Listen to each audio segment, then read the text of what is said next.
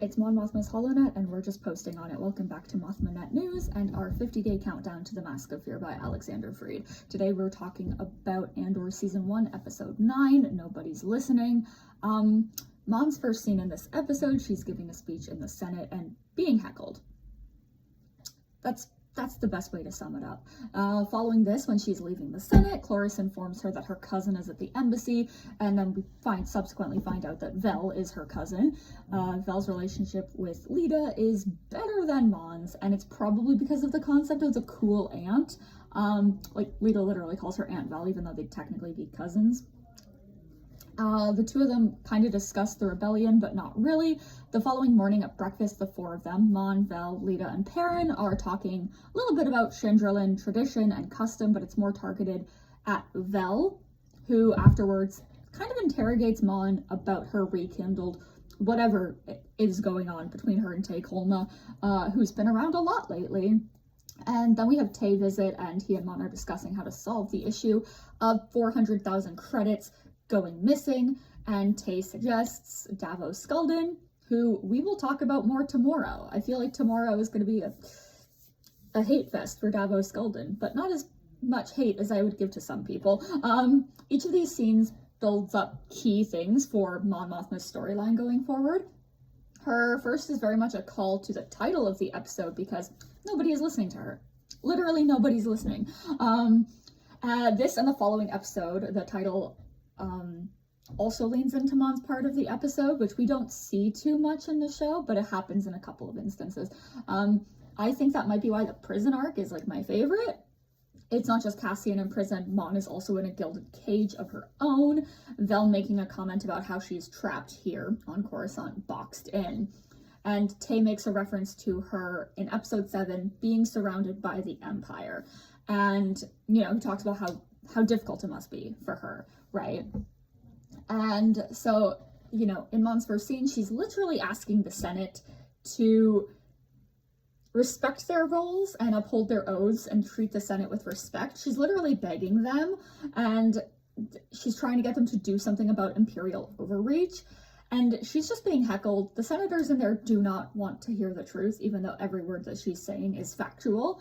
And meanwhile, like, you know, she's also saying that the first duty of a politician is to the people that sent them there to government and in order to represent them. And she could not be more correct there as well. And something that really frustrates me is when she, you know, is trying to espouse this and nobody's listening to her. And I'm like, okay, so, you know, yeah, I get that corruption in the Senate was a big problem during the Republic, but this is also corrupt. Like, this is where the corruption is, when your elected representatives refuse to represent you. They are only in it for power and money, and they don't give half a shit about their constituents. And we see it all the time in the real world as well. And, you know, that's where the corruption is, when the politicians in power are just like, actually, look, I understand that 99% of my constituents don't want me to vote this way on this particular issue, but I'm gonna do it anyways because it's really my voice that matters, it's not theirs. And that very much also goes into taxation without representation and the way that a lot of politicians are viewed in a negative light, and a lot of them deserve it. If they are, just off the top of my head, if they are flying to a sunny country to go on a little vacation with their family while their constituents are literally freezing because of, you know, unprecedented weather, or whether it's such a winter at such a massive scale that you literally have your constituents freezing, that is corrupt as fuck. Like, there is no ifs, ands, or buts here. Anyways, moving on before I totally lose my shit and make this about real world politics, even though, as an allegory, Star Wars will lean into a lot of real world politics, and if you think that Star Wars was never political, you're incorrect. Bringing up her family relationship more, like the relationships that Mon has with her family more, by having her related to Vel, I think was very important. And also thinking about the way that we were introduced to Perrin and Lita through Mon and through her interactions with them and through her eyes, it's even more important that we have family members of hers that we aren't introduced to through her. Not that there's anything wrong with that, like introducing a family member through the character that we know, but it also did allow Vel to show us who she is rather than sort of having Mon show us who she is. And her having a family member who is also involved in the rebellion with her is important because it means that someone in her family supports her and supports her goals and understands what she's trying to do. She understands that, you know, she is fighting day in, day out to achieve these goals, and it's not happening, and she's having a rough time. But also, unfortunately, Vel is not like immediate family, and she doesn't live on Coruscant. She has been gone for about 6 months, dealing with Aldhani and the aftermath of that, and Mon has just been going through it that whole time. She has nobody to lean on. And so, also, neither of them really know what the other is doing for reasons of security. So confiding in one another is very difficult. They can't really do it. They can kind of speak in a little bit of code, but actually having like a proper discussion of what each of them is doing is impossible because anything could happen. And we also see here that Vel is yet another stress source for Mon, because the family has apparently been going to Mon in their search for Vel, and she's like, they've been after me to find you, and I had no answers. And it just adds another thing to Mon's plate, which is just very difficult. And I don't know, if I had been Vel in that situation, I would have been like, oh, like, I'm so sorry, like, I didn't realize that it was going to be so stressful for you. Instead, she's just like, whatever, okay, yeah, I'm gonna go back home, I'm gonna go see them, like, whatever. And she's very, like, nonchalant about it, and it's like, okay, I get it, you might not really like your family, but they've literally been pestering another member of your family to find you. Like, hot take, Mon Mothma is not Vel Sartha's keeper. And I'm not saying that to be a hater towards Vel. I love Vel. I think that she's a wonderful character. But, like, I just feel like Vel doesn't fully respect or understand the way that Mon has had to, like, cover for her and deal with their family so that she doesn't have to. With regards to the Lita situation in this episode, I think that it's interesting that she elevates not only her father, but Vel in the roles of people that she can kind of stand in her family. Vel hasn't been around as much, but it also isn't Vel's job to raise her. So that's not what I'm trying to say here. And I think that sometimes when you don't see certain family members that you really like enough, it can make, when you do see them, really, really special. Speaking as someone who, some of my favorite family members are on the other side of an ocean.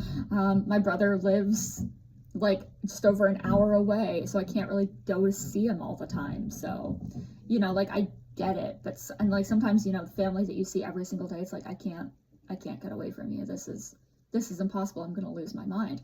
But, and I understand that it's kind of Vel's job to be like the fun relative who goes away and comes back with cool little presents and pretty things.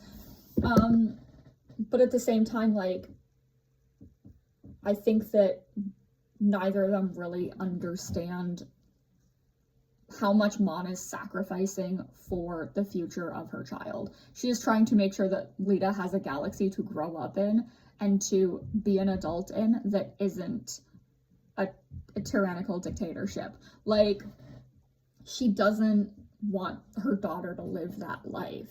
And so that's why she's fighting. That's why she's so difficult sometimes, I think, for Lita to understand. Because it's like, Lita doesn't get it. She's a kid. This is the only government system that Lita has ever known is the Empire. She grew up on Coruscant. Like, she is so used to it that she can't probably imagine another way of existence. And completely unrelated, I do think that the dress that Vel gives Lita as the present is my favorite of Lita's outfits. I think that it's really, really nice on her. And I like that she's so excited about it because, you know, it's something that she likes from somebody that she loves. And while I don't really perceive Mon's words about seeing if Perrin will let her wear it, I don't perceive those as serious. I don't think that really helped her relationship with her daughter. Because Lita's very, very serious. Like, Mon's like, oh, let's see if your father lets you wear it, right? And then Lita's like, he lets me do whatever I want. It's very, like, Mon wasn't trying to be antagonistic there, you know. But I think she could have been maybe a little bit more supportive. You know, but again,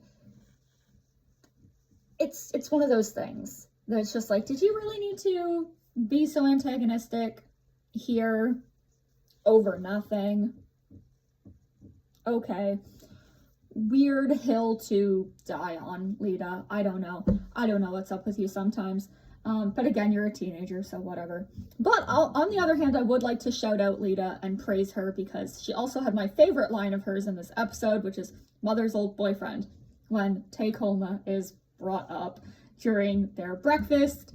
I think that Lita's line really sets the scene for Vel kind of interrogating Mon a couple moments later, because the way that the adults at the table know more than Lita is interesting. Like, they know the history that Mon and Tay have, like, whether that be friends or something more or whatever. They know that. Lita is purely speculating, because Mon's like, is that something you told her, Perrin? And he's just like, I said old, like, keyword is old, darling. And I don't know who he was talking to there. I don't know if it was Lita or Mon.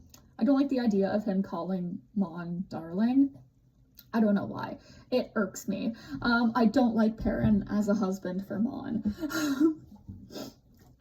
So, you know, we've also seen, like, Lita remarking about how Tay is there so much at different parties.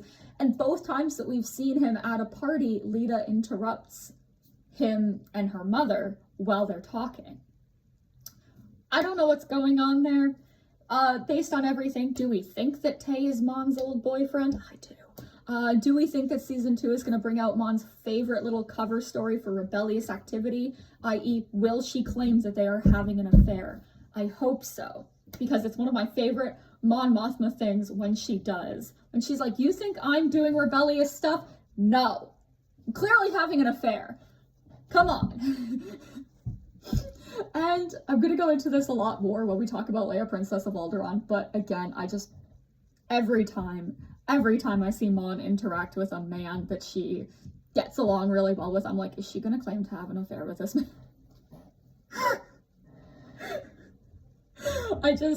Leia, Princess of Alderaan destroyed my life in all the best ways. And now, kind of properly onto her discussion with Tay. She's really going through it. Tay is also really going through it. He's trying his best, but even still, like, the only solution that he can bring to her sucks.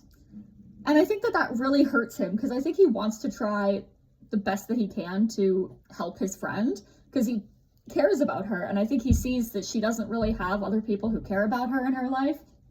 And she came to him for help, which I don't think she does very often. I feel like she just doesn't go to people for help. Probably because she doesn't have very many people that she can rely on. Yeah. I can also understand Mon being upset as well. And I don't even think that her upset is directed towards Tay. He just happens to be the bearer of bad news. And, you know, I think that in season 2, Mon is probably gonna have to be honest with Tay. Because even though she's not telling him in order to protect him and to keep the secrecy of the rebellion, I feel like he needs to know what's going on so that he can properly help. It's like when you have a lawyer. Be honest with your lawyer. Because if you're not honest, they're gonna go off of the lie, and how helpful is that lie going to be in solving your problem? If you did it, be honest with your lawyer. They will make it as painless as possible for you. Yeah, if you are missing 400,000 credits, be honest with your banker friends that you have called in to help. That was a PSA for you, Mon Mothma. Even though I think she is very, like, her reasons for wanting to protect him are very admirable, because, yeah, the Empire won't fucking hesitate. Yeah, overall, I think that Nobody's Listening is one of the absolutely key episodes of Andor when it comes to Mon Mothma's storyline, simply because of the amount of things we learn about her and her family and what's going on in her life in the span of one episode is remarkable. It's crazy. I think that breakfast that they had with Vel was one of the most relaxing meals that Mon has had at that table in a very long time. And I say meal. We never see her eat on screen in Andor. And it's very rare that we ever do see her eat in any text, in anything. But that's another side of things, because I feel like y'all are going to get to a point in the Mask of Fear where you're like, oh, maybe that explains it. Yeah. So, you know, we are on day 15 tomorrow. Today was day 14, and we will be talking about Andor season 1 episode 10, One Way Out. So we'll see you here for that.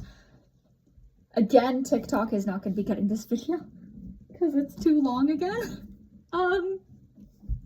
I think that this is going to be an ongoing problem. The next time I have a video short enough to put on TikTok, I will put a note being like, hey, you can find all of the videos on YouTube. But hands down, every single video will be uploaded to YouTube, so you don't need to worry about that. Thank you very much.